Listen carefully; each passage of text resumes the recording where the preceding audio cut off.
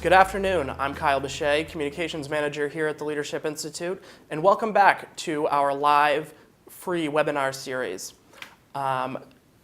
This webinar will be about writing your campaign plan. Joining us to talk about this is Chris Godbey. Chris, thanks for joining us. My pleasure. Chris is the Senior Associate at Harding Global. He has extensive professional experience in working with elected officials, candidates, and political parties in the United States as a political operative with campaign management and message development experience in federal, statewide, and legislative races. Currently working with Harding Global, doing political, image, and marketing consulting, as well as a nonprofit fundraiser.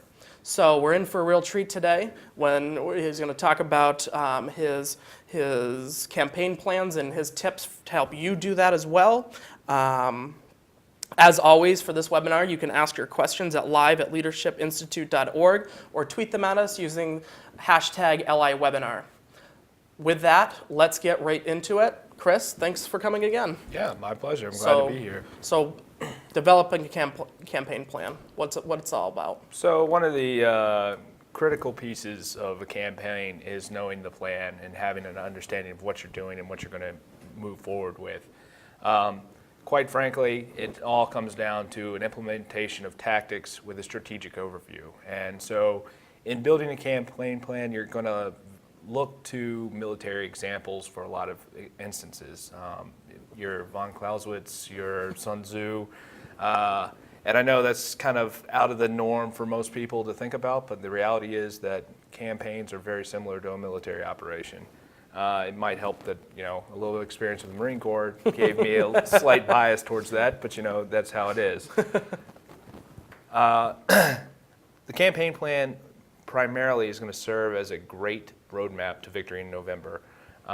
And it's going to work to maximize your energy and efforts towards your campaign, make sure that you have the benchmarks that you need to be hitting as you're moving forward, and keep you on track so you're not going to lose out on any opportunities as you're working towards winning.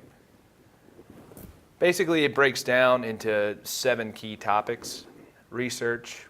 You need to know everything that you can about you as a candidate, you as a campaign, you as your district, and then who you're going to be running against.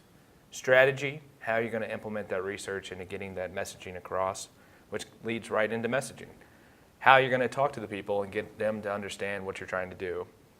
Finally, tactics on getting that messaging into people's hands and in front of people's faces.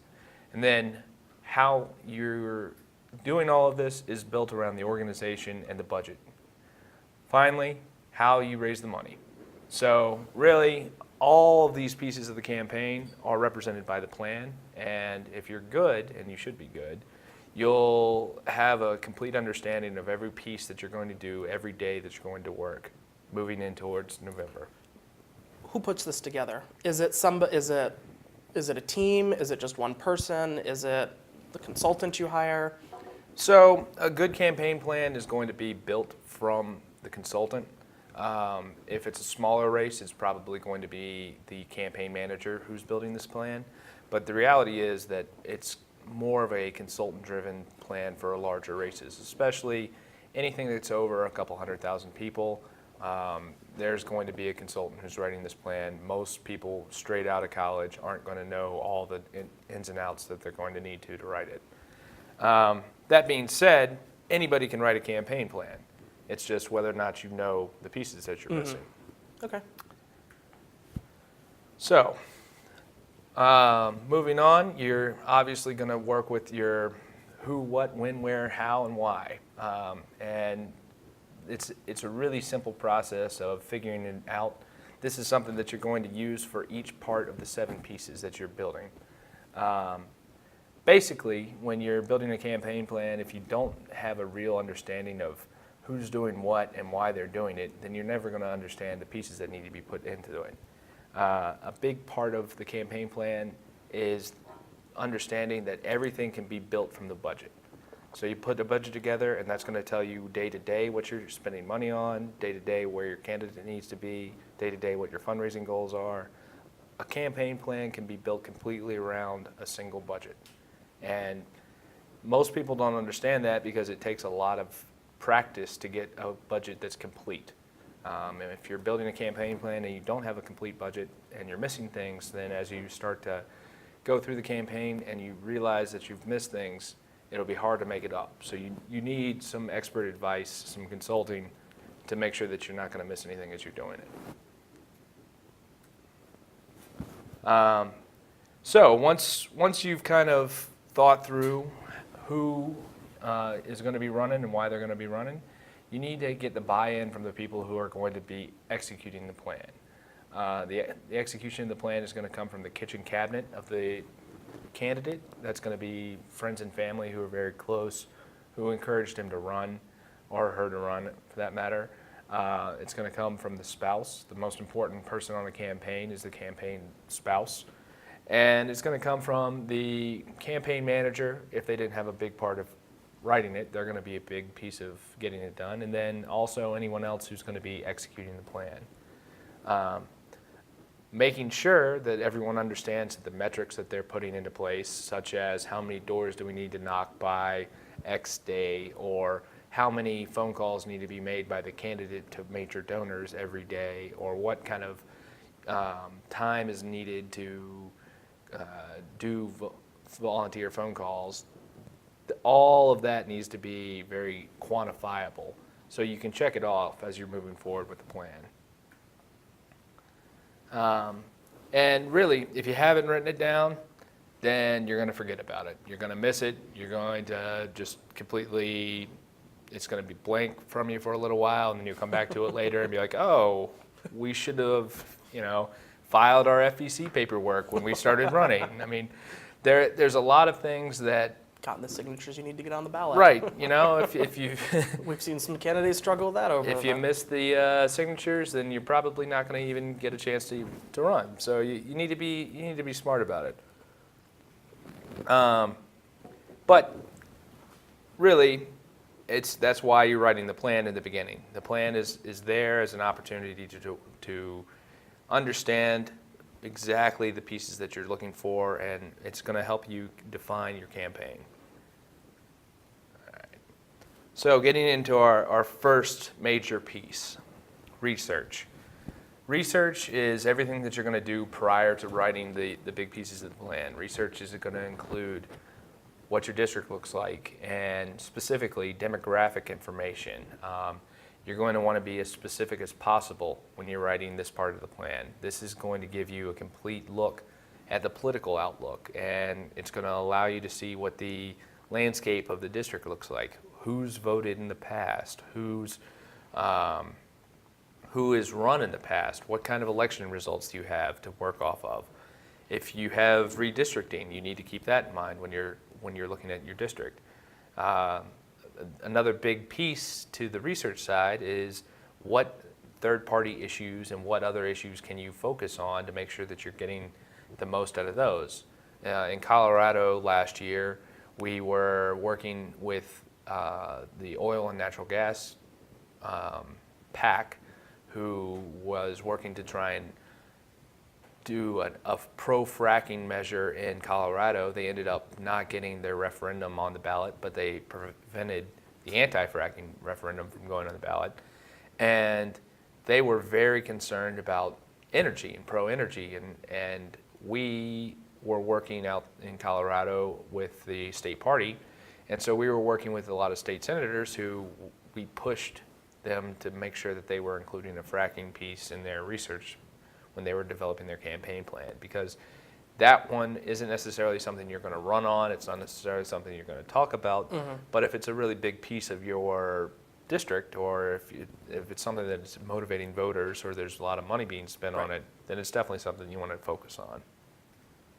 So you mentioned, figuring out what the demographics of your district look like. If you're a consultant, where do you look to find this sort of information? Sure. So as a consultant, I'm looking at places like the Census Bureau. Mm-hmm.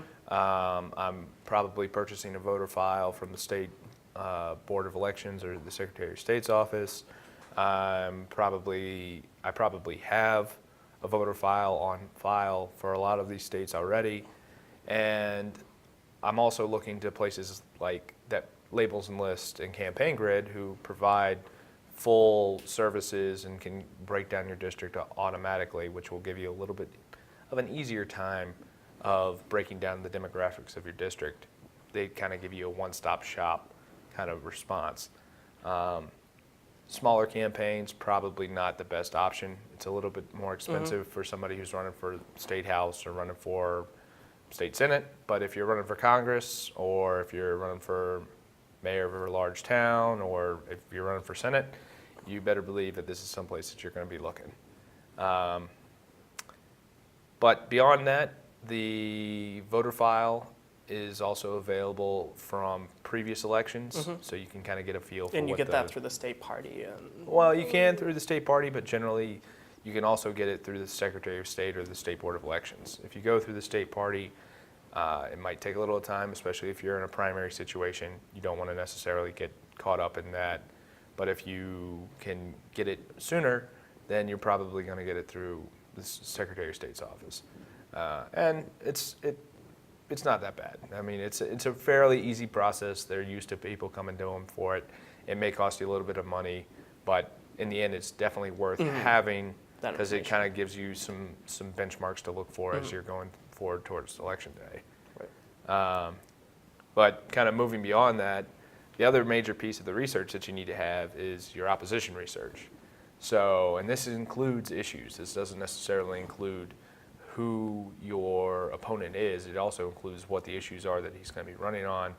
But a good oppo research project is probably going to be about $10,000 to $18,000, depending if you're running for whatever office. But you're going to want to get as in depth as possible on opposition research, particularly when you're looking at legal records, when you're looking at potential tax records, when you're looking at potential landowner records.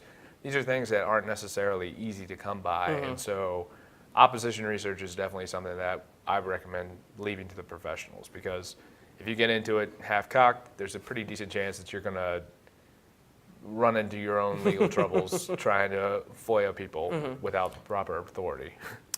I think you see mistakes made on this all the time, where not only you get thrown into that loop, but you also see them find wrong information and then use it. Sure. And then that obviously comes back and bites people. Oh, yeah. Where you don't want to get bitten, but Yeah, and that's the other problem, is this is one of those things that you want to have as complete and as thorough as possible. If you are doing it yourself and you have a background in it, great, go for it. But if you don't, finding somebody who can actually provide this for you, if it's a political consultant, great. If it's a private investigator, you can do it that way as well. But at the end of the day, you're definitely going to want to have somebody do a thorough background search on whoever you're running against, especially if it's a larger race. Smaller races, again, you don't necessarily need to have as much focus on this, but for a larger race, this is definitely a key component of knowing who you're running against. probably don't need it to run for dog catcher, but probably for Right, exactly. I mean, dog catcher, as long as you've got strong nets, you're Right. probably going to be okay. But it runs into a little bit of trouble when you're running for Congress or State House. Once you've kind of done your oppo, your initial oppo, you're going to start to put together your SWOT file, which is basically a comparison between you and your opponent. If you're in a primary situation, you're going to do 2 of these. You'll do one for your primary opponent. You'll do one for the expected general opponent. If you're in a multi-candidate primary, you're probably going to want to do one for each one of the people that you're running against. Prioritize them, because if you're in a multi-candidate primary, you're probably only going to need a SWOT file on 1 or 2 of them, because the rest are going to fall to the wayside. And be sure you're not one of the candidates that's going to fall to the wayside. But it is something that's going to be a key aspect to knowing who your opponent is. And really, this gets into a messaging part where you're going to be able to talk to people about why they should vote for you as opposed to voting for your opposition, basically. And this is all kind of summing up the research portion of it. Once you kind of have a good understanding of who your district is and why they're going to vote for you, and then showing them why you are the strongest candidate for them, then you're ready to start working on how you're going to get that messaging across. So the other thing to keep in mind, and this is kind of getting into the strategy portion, is keeping a strong timeline. If you don't really understand how things should progress, if you don't really have a good grasp of building a plan, then this might be a difficult task for you, because you're going to start giving time to tasks that should be much longer or much shorter. And so this is one of those pieces that it comes from experience. And a lot of the consultants that do this for a living know exactly how long it's going to take to get, a phone system on the ground, or a mail piece that printed and then sent off and in mailboxes, or research done, for instance. So you need to start off with a long-term calendar and then a short-term calendar, and that'll keep your big goals. And here's one of the major goals to keep in mind: your quarterly and monthly and high-dollar donor reports. Every single one of those needs to go on the timeline, because if you're missing that on your calendar and you miss one of those, it's going to be a bad day. Like that, the FEC is no joke. Don't screw around with the FEC. If you're missing parades, this is another thing that needs to be on your calendar. So like there's 4th of July parades. I'm originally from South Carolina. We had a watermelon festival, a peach festival, a barbecue festival, an apple festival, and they all State fairs. The state fairs, yeah. So all of these are big topic kind of things that need to go on the calendar, Right, so right. you can have like the work up to them, getting the volunteers that you need for them, as well as trying to build out kind of what you're doing. So you would find that by what? Going to a local community's website, seeing if they have a calendar of events. Yep. Seeing what local things they have going on. Yep, and if you're running for a smaller office, say State House, then yeah, you're going to look at the local counties and the local cities that are in your district. If you're running for Congress, then you're going to start looking at every different county and then break it down from there. And it becomes kind of because there's going to be multiple events going on in one day, it's going to become more of well, how am I going to prioritize my time? Because Right. if you can't do that, then Right. you're not going An to be hour as here, effective. 30 minutes for travel to here, an hour here. Exactly. Type of thing. And that's a piece that most people forget, is the travel portion. Yeah. Like if you're not factoring in travel, you're not factoring in sleep, you're not factoring in food, candidates unfortunately have to be fed and watered and occasionally put to bed. And then, it's unfortunate, because you'd much rather have them just knocking on doors or making fundraising phone calls. But unfortunately, Most candidates aren't robots, unfortunately. Right, and it'd be bad if they were. Right, I think. yeah. I mean, I'd be out of a job, I'm pretty sure. So, but this is a key part to like keeping your campaign on track, is knowing the key dates that are coming up, knowing the key events that are coming up. But again, most important of all isn't the parades, isn't the fairs. It's when are you filing your finance reports, because those and filing to run for office are the two things that you actually legally have to do in order to be elected. Everything else is just icing on the cake. So do the things that you're legally required to do first, and then you get to the good stuff. right, exactly. I mean, Make sure- With a plan, I'm sure it's not that hard to do. right, and it's the legal side. It's like the plate underneath the cake, Yeah. right? You want the cake, have to but- have this. It's not even, yeah. So having the timeline is a great piece to both the research quotient. So you're putting down all those dates, you're figuring out all those dates, but it's also your first step in your strategy, Yeah. because you're going to need to know, okay, I have an event in the beach, which is 3 hours away, and I have an event in the Capitol, which is 2 hours away. And so it's going to take me 5 hours of travel time to go to these two events. They're both on the same day. I need to plan for that. Right. So you can't schedule them back to back. right, exactly. 10 o'clock I'll be here, and then 11 o'clock I'll magically get here. Exactly. And, I've had some self-funder candidates who have been like, okay, well, we'll just get a jet. And it's like, yeah, we'll run through a lot of money and not actually get a whole lot done. So, keeping that in mind, travel time is definitely something that needs to go on every piece of the calendar. And another good thing to keep in mind is as you're moving forward and getting closer to the election day, you're going to have multiple calendars that are layered. You're going to have your campaign manager's calendar, your candidate's calendar, your fundraiser's calendar, and your events coordinator's calendar. And so they're all going to like stack on top of each other. And if you're using something like Outlook or if you're using something like Gmail, they have some great calendar options that you can see multiple calendars in the same calendar, and you kind of know where people are and what they should be doing. Accountability is a big factor in writing your campaign plan. Yeah. If you don't have that accountability, you're really going to struggle through what's going on. So once you've kind of got an idea of everything that you have to do and you kind of know who your district is, then you're going to start thinking about how you're actually going to run your campaign. And this part is basically you're going to write a one-page summary of why you're running, why you think that you're going to win, and every kind of an overarching view of every piece of the campaign. Doesn't need to be very long. It just needs to be like an executive summary on a business plan. Basically, it's just something that is a tool for you to constantly look back at, something that's on the top of every desk in the office that needs to be looking at it, notably the campaign manager, the candidate, the spouse, and the fundraiser. Because those are the four people that ultimately are going to make the most decisions about the campaign. It does need to condense into this single sheet, like I said, because it is something you're going to refer to a lot. And it's kind of every piece of this campaign wrapped up. Yeah. It's like this is where we want to go. What we talked about before was here's the steps to get there, but at the end of the day, here's what we want to be at the end of the day. Right. Exactly. So the first big piece of the strategy portion is going to be going back into the research and starting to look at the targeting. Once you kind of know what your district looks like and the demographic information on your district, then you're going to kind of break it down into who exactly you're trying to turn out to vote.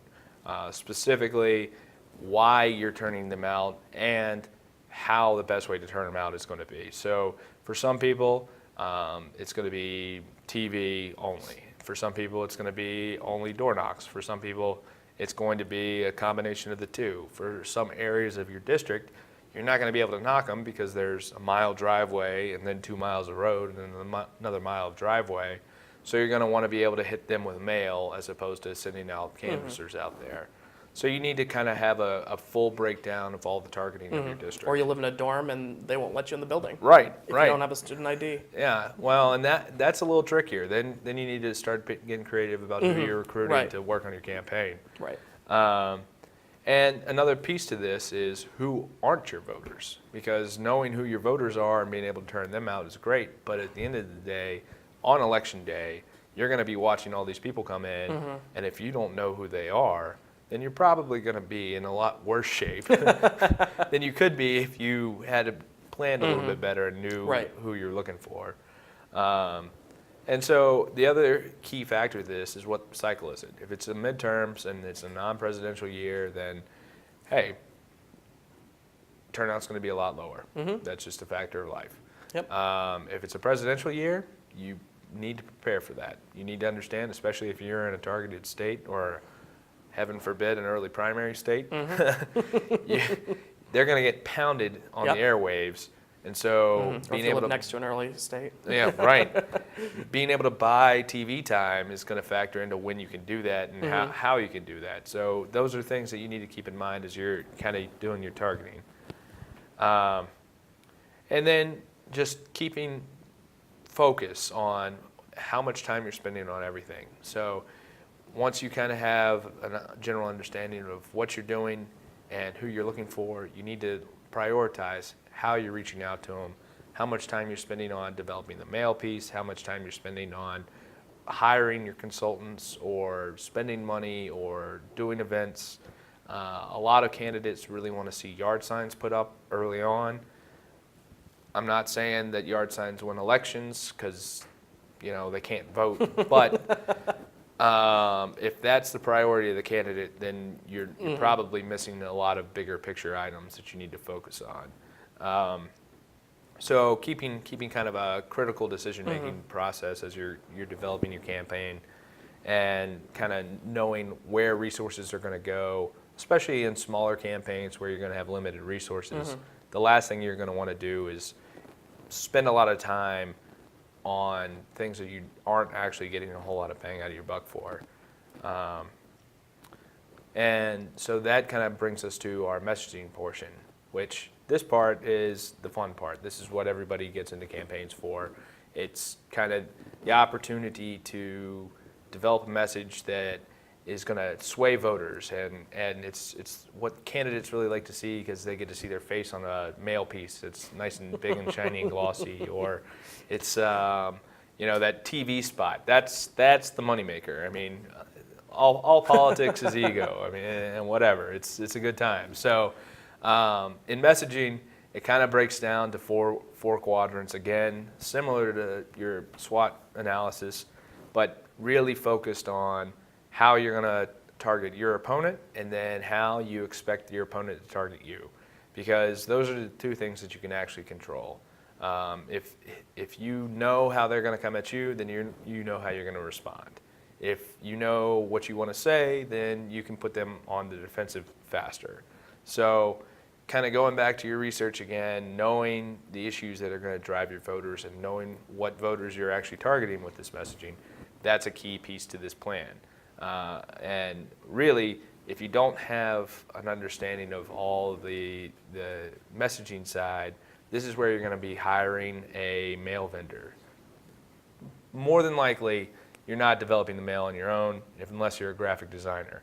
If you're a graphic designer, go for it. Have at it. But I would highly recommend a mail vendor, and then making sure that in your plan you are sending your mail through the state party.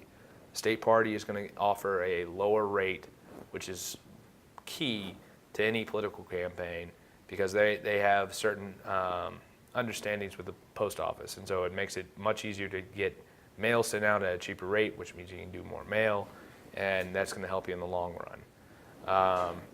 But again, developing that message is the critical part. That's something that's going to kind of develop from your research, and something from where your candidate stances are and what the issues are that are driving in the district. So once you've kind of built your messaging platform, you know how you want to get your messaging across, now you're going to need the people who are actually going to execute all of the previous pieces of the plan. So basically what you're looking for is a team. And the team that you're going to build includes 5 key positions. They can be filled by one person, they can be filled by 5 people, or they can be filled by 15 people. Obviously, a campaign manager, that's a single kind of sole position. He can have a deputy, he can have assistants, he can have whoever, but you're going to want one person who is the point of contact, one person who is ultimately responsible for the campaign, who's not the candidate. And it shouldn't be the candidate's spouse either, because these are the people that are going to be making a lot of the hard decisions that might not be good to talk about over Thanksgiving dinner after the election's over. So your campaign manager is a sole role, but fundraising comes from multiple different ways. There's online fundraising, there's direct mail fundraising, there's digital fundraising through websites, there's just direct ask fundraising, there's event fundraising. So it kind of comes in whatever flavor you want. There are a lot of people in pretty much every state. There's at least 4 or 5 that work directly with the state party and with top races that are solely fundraising consultants. This is all they do. And fundraising basically breaks down to what your network is. If they have a network full of people who have given a lot in the past to certain races, and you kind of fit that same mold, then more than likely somebody's going to come tell you and say, hey, you ought to hire this person to be your fundraiser. If it's somebody who hasn't given a whole lot and doesn't really have a network, then you're going to be cold calling a lot of people, and that's going to be a little bit more difficult to raise the money that you need to. So hiring a fundraising consultant is a really great thing to do. It really helps smooth the process out. That being said, as a candidate, and as a campaign manager, the first step is going to be reaching out to friends and family and getting a full spectrum kind of ask of the friends and family portion of your kitchen cabinet and everyone else who you think would give money to help you get into office. The next person is probably the most critical person on the campaign, even more important than the campaign manager, the scheduler. They are the ones that keep the trains running on time. If you have ever worked on a campaign before, then you understand this. If you haven't, it is a unique experience to see somebody manage the schedules of multiple people, and the candidate basically becomes lost. They have no idea of what time is. They don't know how to get from point A to point B. They don't even know like what they're supposed to say until they're told exactly what to say. So the scheduler is the mom of the campaign. The scheduler is somebody who makes sure that everything that's supposed to happen happens, and they live and die by the calendar. Ultimately, they are the most important person in the campaign, bar none. And then you kind of get into some positions that are the direct voter contact and the communication side of the campaign. These can be non-paid. They can be very loosely defined as just your friends and family who come out and knock on doors and come out and make phone calls. Or in some instances, especially for like a Senate race or for a congressional race, you are going to want to hire a communications team, a communications firm whose sole responsibility is press availability, doing the press releases to inside the Beltway and outside the Beltway, doing press releases for inside the district, making sure that the campaign stays on message, making sure that you're responding to the message. The communications team is also going to be responsible, more than likely, for your social media, for any kind of contact with the voters. If you hire a good communications firm, they're also going to be helping develop your mail. They're going to help with every piece of the communications puzzle.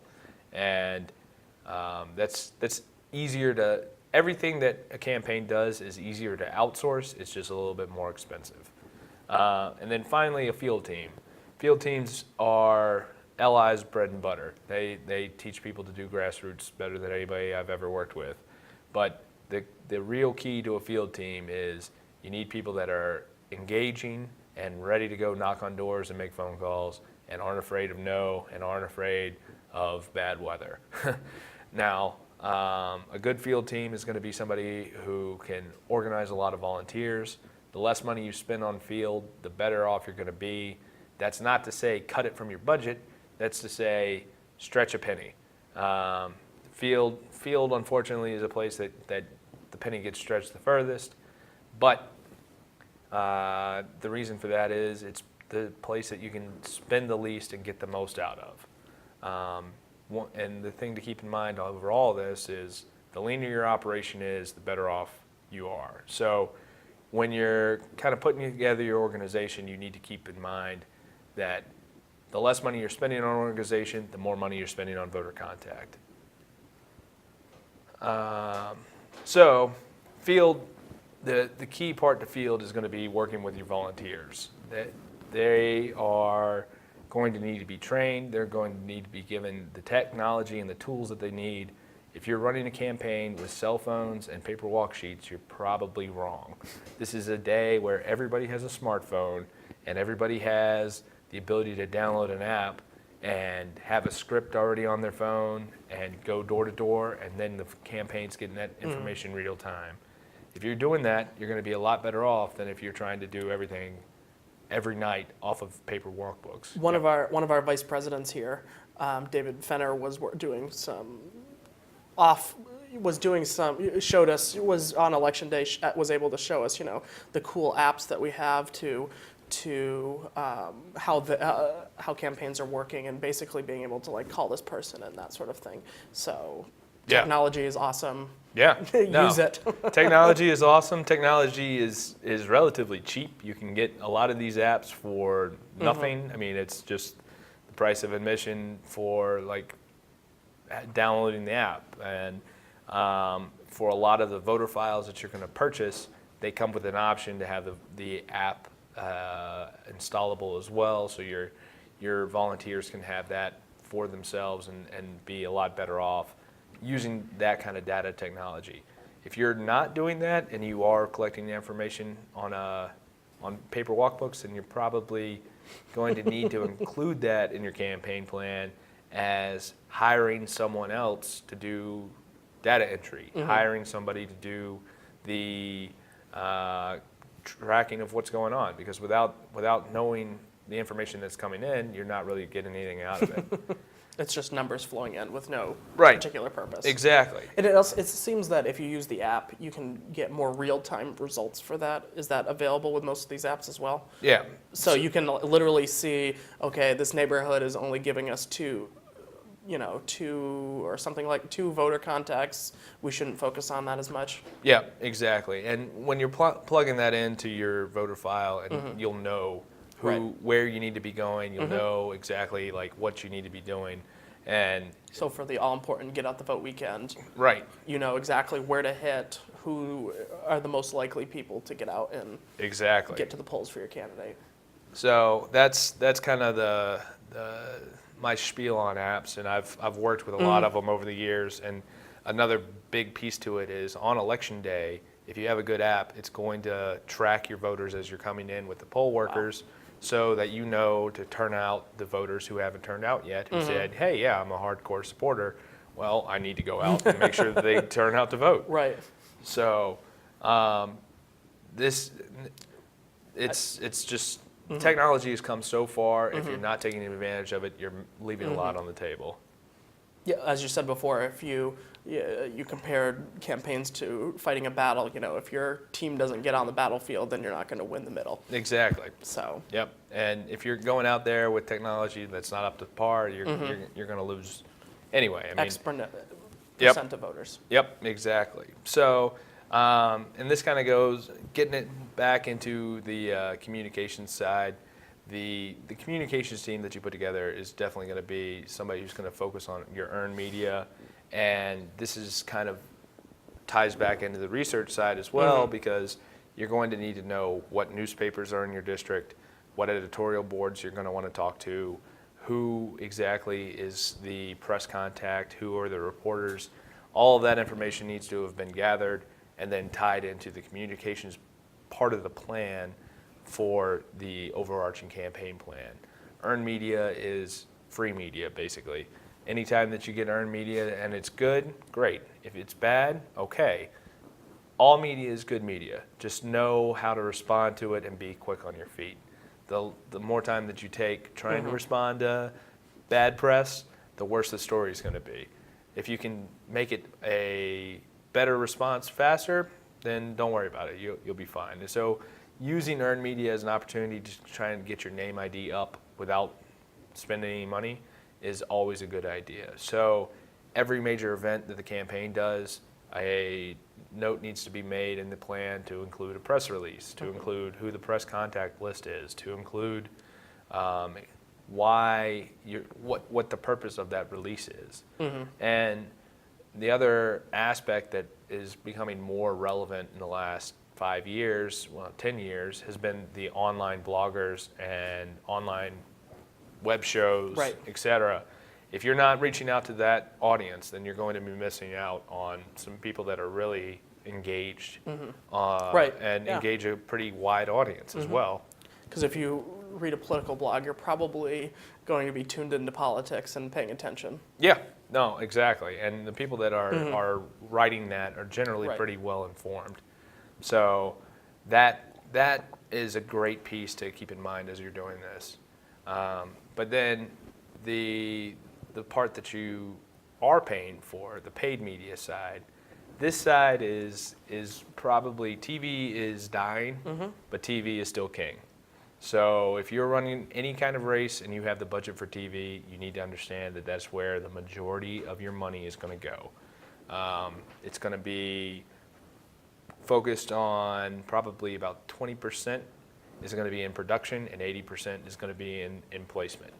And this is something that you're going to have to work with an ad placement agency There's lots of them all over the country. They do a great job. They know exactly what they're doing. Political ads get the added benefit of a special rate and top priority. So you're going to get your ad placed if you have the budget for it. The key is raising the money to have the budget for it. Another piece to paid media, though, is going to be radio. Obviously, this is only relevant in select states, select areas of the state. It works in urban environments where TV is too expensive. It works in rural environments where it's just hard to get a whole lot of mail presence and a whole lot of canvassing presence, but there's lots of people who are sitting in their tractor listening to the radio all day. So there's critical decisions that need to be made about paid media. The one that is growing and should be probably 25% of your voter contact budget is your digital. This is something that wasn't around really until the last, it really just started to come around in 2006, and it's boomed. And there are firms out there that can get millions of impressions within a short span of time that are going to really drive your digital effort and complement any of the free social media side that you're doing. But ultimately, at the end of the day, digital is becoming more and more important. If it's YouTube, if it's Google ads, if it's Facebook ads, it all kind of breaks down into being a key element to getting in front of your voters, as more and more of your voters are spending, 4 hours a day on a smartphone. They're surfing the web on their phone. You're not going to catch them on TV. You're running into the problem with DVRs on TV, with people streaming their shows now. So you have to, we've kind of figured out a way to get back in front of people's eyes, and everybody's having this like groan of disappointment that the consultants figured out that we can get back in front of them. But in order to get your message across, you have to go to where they are, and digital is becoming more and more where everyone is. So going into kind of your scheduler's position and what their scheduler is doing on the campaign, they have two pieces to the campaign plan that they need to have in the plan as an example. One is what a typical week looks like. This should be 1 week in the middle of, say, September, or if you're in a primary situation, 1 week in the middle of, say, April. A fairly busy week, but not necessarily anything that's slammed with get out the vote efforts or with fundraisers, just so you kind of keep a general understanding of what a week should look like. Keep in mind, you're not necessarily writing out every single event and every single thing that you're going to be doing in the campaign plan, but this is an example to keep in the plan so you can refer to it as a reference. But you are going to have a calendar of events that you built in your research portion that is every major event and all of the focus of where the candidate is going to be and all the focus of where your major staff is going to be. Particularly your field director, your political director, and your campaign manager, because those three people should not be with the candidate at all times. They should be out spreading the message further away than the candidate is. And so getting kind of back into the key piece, the final piece of the field plan is the coalitions building. This is the piece of the field plan that is pretty often overlooked, but if you look at Ed Gillespie last year, they did an outstanding job with this piece of the plan. They were reaching out to voters in multiple communities that hadn't seen a whole lot of Republican outreach ever for a lot of them. They had ads running in Spanish language, but also in Filipino and in Russian and I want to say Korean. And so they were running ads in a lot of different places, a lot of different specific areas that you're only going to be talking to that slice of the demographic. They had coalitions being built with the people who were the leaders for those communities. A lot of these communities have some great civic leaders who really dictate how most of the community works or votes, and getting in front of them and working to bring them on board as a coalition is a critical piece to understanding your district and what pieces of your demographic are doing that you might not have a good insight on. So a couple of examples, obviously religious is something that everyone thinks of, but then you start thinking of just demographic information, the different demographic groups, like I said, Russian, Korean, West African, like there's a whole wide variety of people out there who are constantly going to feel underrepresented by the people that are running generally. But moving into kind of a fundraising aspect, you can also start talking about some of your trade organizations, particularly in Colorado, you're talking about energy, oil and natural gas. In Virginia, you're talking about agriculture, you're talking about farmers. Similarly, across the Midwest, in the Northeast, you're talking about labor unions for some people. But you kind of want to look at examples of clusters of people and building coalitions and leaders within those clusters. Doctors is another great example where you're also going to be building a fundraising list. So keep that in mind as you're building out your coalitions plan for your grassroots and for your field plan of the overarching campaign plan. So we're kind of getting closer to the end, but then this comes to the voter contact. And voter contact is 4 specific ways. You have mail, you have door-to-door, you have phone calls, and you have online. And online is email. So these are all active contacts. These aren't the passive contacts that you're having with TV and radio. These are actually getting in front of voters, talking to voters on the phone, or sending them a mail piece and having them interact in some form or fashion. This piece of the plan is your metrics that you need to understand how many times you're touching these voters, what you're expecting to talk to them about, and most importantly, why you're talking to them and what you're doing to get your message across. What kind of importance are you placing on these different strategies and tactics to get in front of your voters? So in 2004, they kind of came out with this brand new concept of the 72-hour campaign get out the vote plan. Well, in 2014, we've pretty much scrapped that. Get out the vote is now a year-long effort in some cases. It's definitely at least a month-long effort. Specifically in the mail-in only states, Colorado, Wisconsin, or Washington and Oregon, ballots dropped on the 15th of October. So that meant that ballots could be returned until the 4th of November. So that entire piece was a get out the vote piece. You were no longer trying to do voter contact to do persuasion. You were doing voter contact to persuade to turn in their ballot. In other states, you have early voting, which is a key get out the vote period, and it's even longer. For instance, in Virginia, you can start early voting with cause as early as the beginning of October. So people who think that a 72-hour plan is a good thing are no longer with the times. We've moved way past that. But this kind of piece is like the culmination of your campaign plan. This is all of the effort is going to be towards getting your voters to turn out. And you need to have a complete look at what it is. You need to understand that you're going to be sending mail to these people. You're going to do absentee ballot chases, which means that as the absentee ballots go out, you know who's getting them via the State Board of Elections or the Secretary of State's office.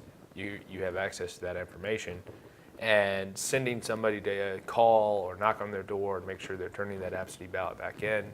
And really, if you look at 2012, and unfortunately this is an example that I don't like to talk about, but it is something that happened.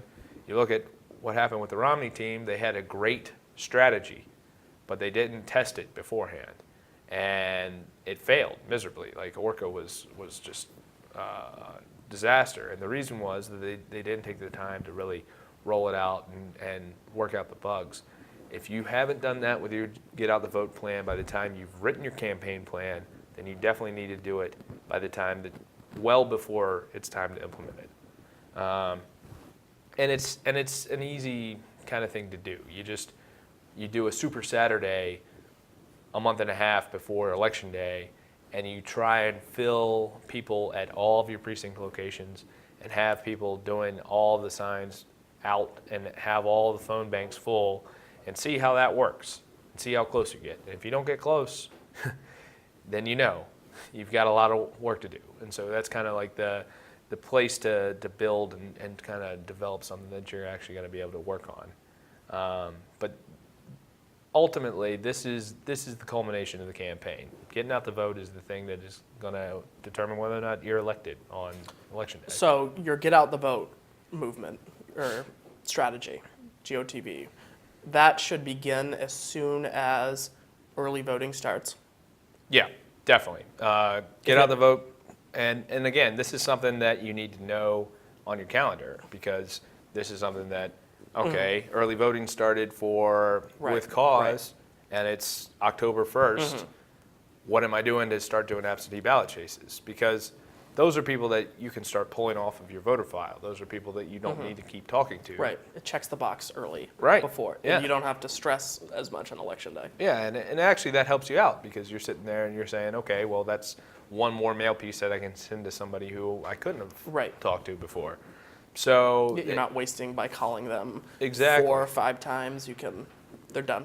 And that's where the data portion comes into play, because that's the real kicker, right? If you have good data and you're tracking this and you're pulling people off the voter file, you're saving yourself money by having good data. You're saving yourself money by not talking to somebody who you've already asked twice if they voted, and now they're annoyed that they voted for you.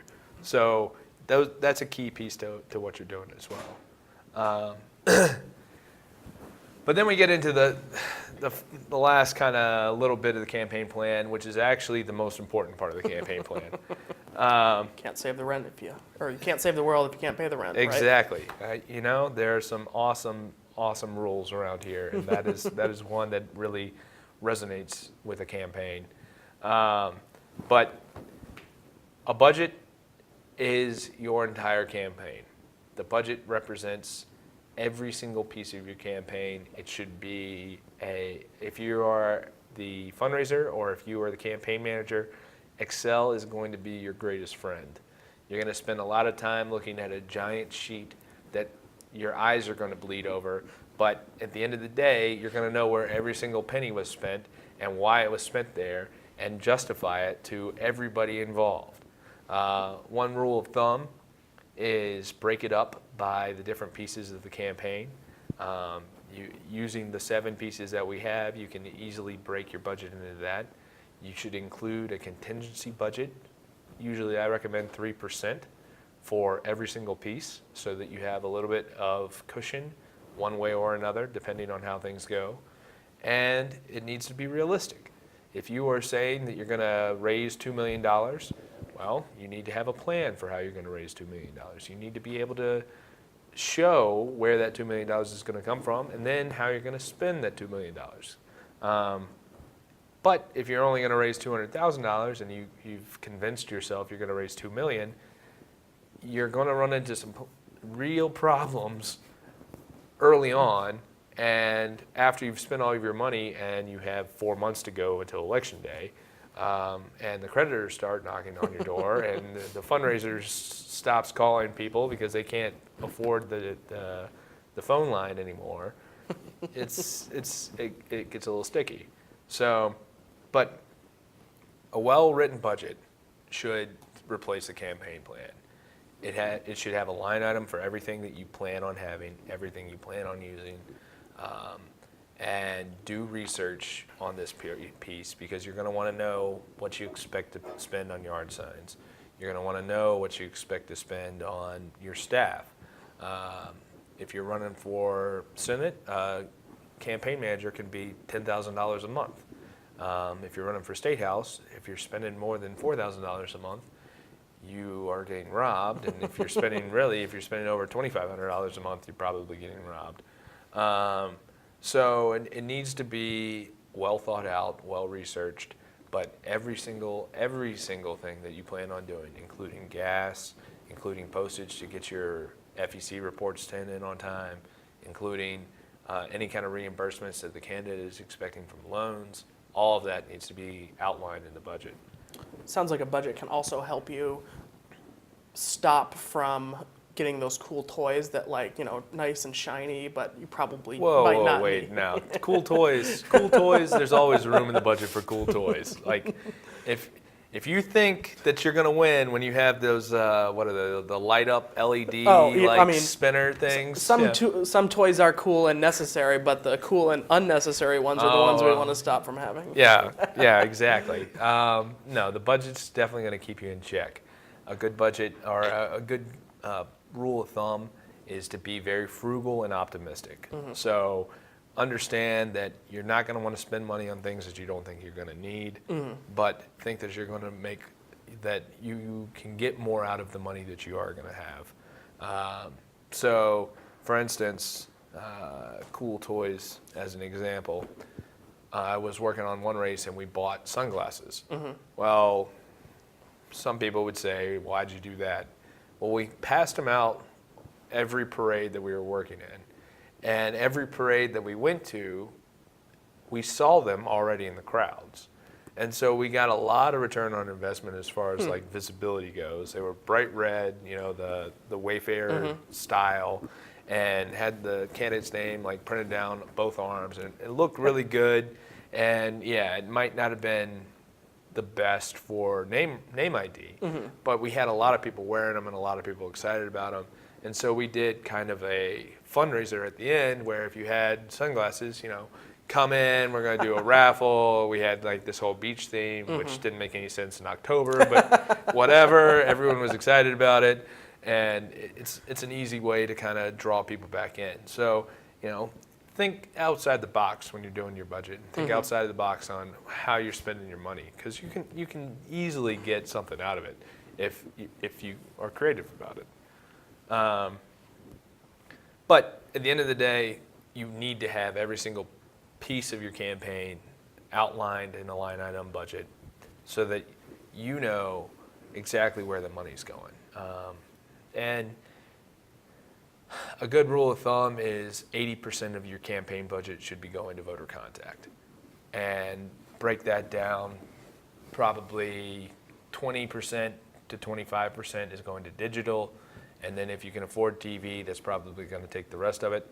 But probably 60% is going to go to paid media, and 20% or 15% is going to go towards mail. And if you can't afford media, then you're going to roll that into your mail budget. So that's a good kind of way to keep in mind what you're trying to do and how you're trying to achieve it.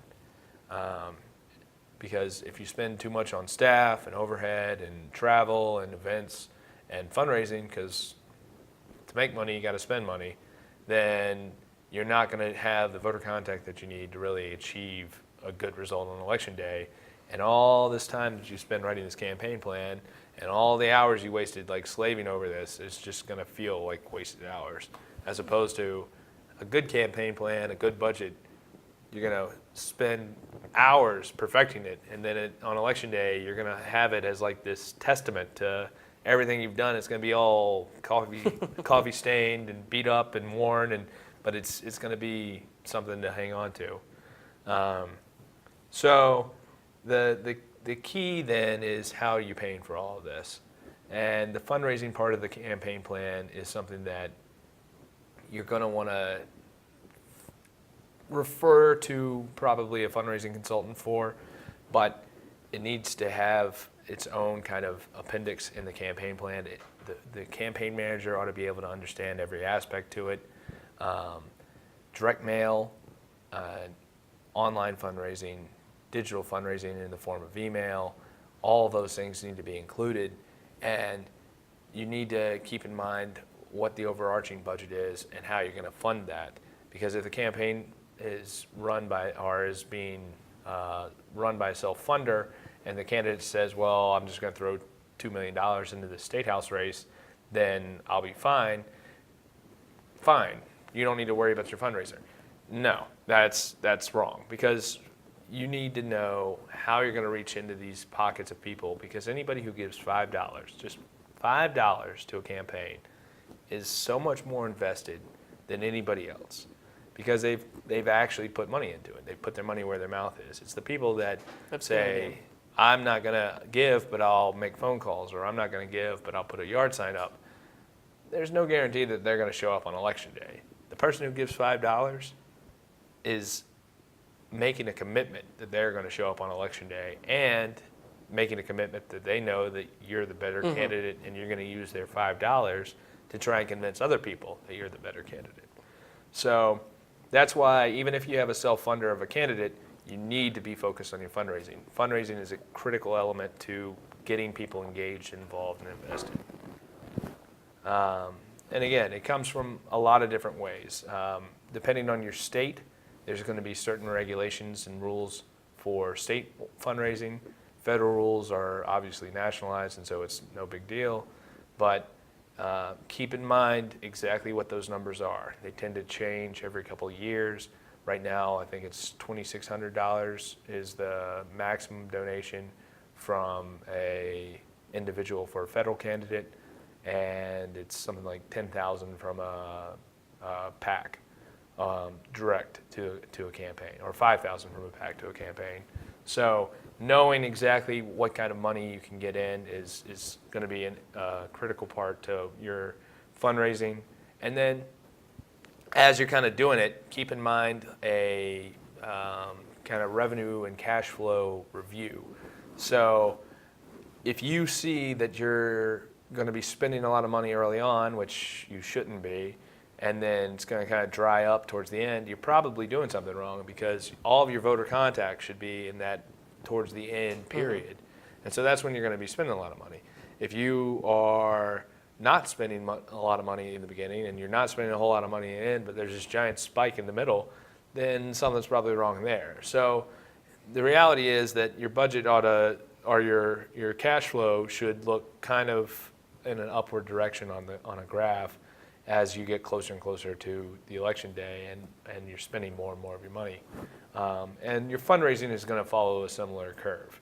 So just keeping that in mind, and knowing that those two numbers are going to probably equal out to zero if you're good, then everything will work out for the best. So key takeaways from this: make sure you write it down. If you don't write it down, it didn't happen. If you forget, it didn't happen. So make sure you write it down. Regardless of whether or not you have a self-funder of a candidate, resources are always going to be scarce. There's no question about that. If you are working in a swing state, it may not be that you can't find money. It may be that you can't find ad time. It may be that you can't find volunteers because they're working for somebody else. So always plan on resources being scarce and accommodate that in your plan. Murphy's Law was written by politicians for politicians, passed by politicians. So know that everything that you write down is going to be tested, and there's a pretty good chance that it's going to fall apart. Keep that in mind. Know that you're going to do fine as long as you are very specific and can use the plan to adapt to situations. The plan shouldn't be used as something that is a very rigid tool. It should be very flexible. But at the end of the day, you're definitely going to be tested more than once. And the budget dictates the schedule. If you don't have money to be traveling all over the state, then you're not going to be traveling all over the state. So as your budget is written, that's going to tell you where you need to be. That's going to tell you when you're going to be hiring people. That's going to tell you exactly how your voter contact plan is going to be going on.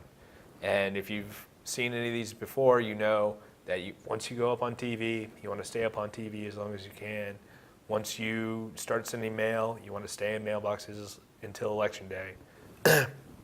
So, that being said, don't plan on starting your TV in July unless you're a self-funder, and then you've got a whole nother issue to worry about.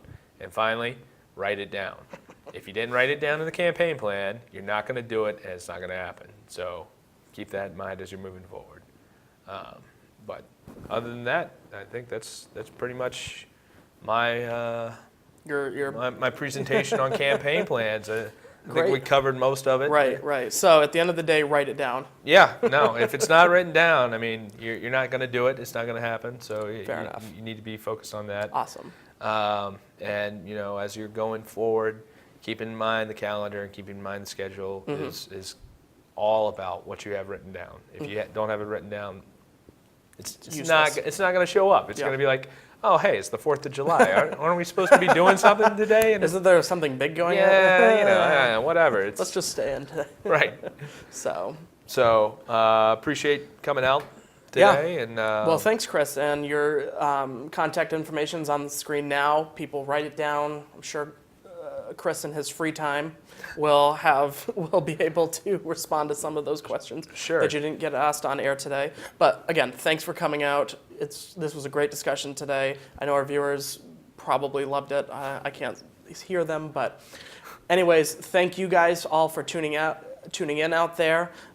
This has been another great webinar and the conclusion of our Tools to the Trade series. As always, this webinar was recorded and will be put online at leadershipinstitute.org/activism on demand. You can check that out later after today and be able to write down things you missed, or if you missed the webinar altogether, rewatch it. So with that, thank you for tuning in, and I can't wait for our next webinar.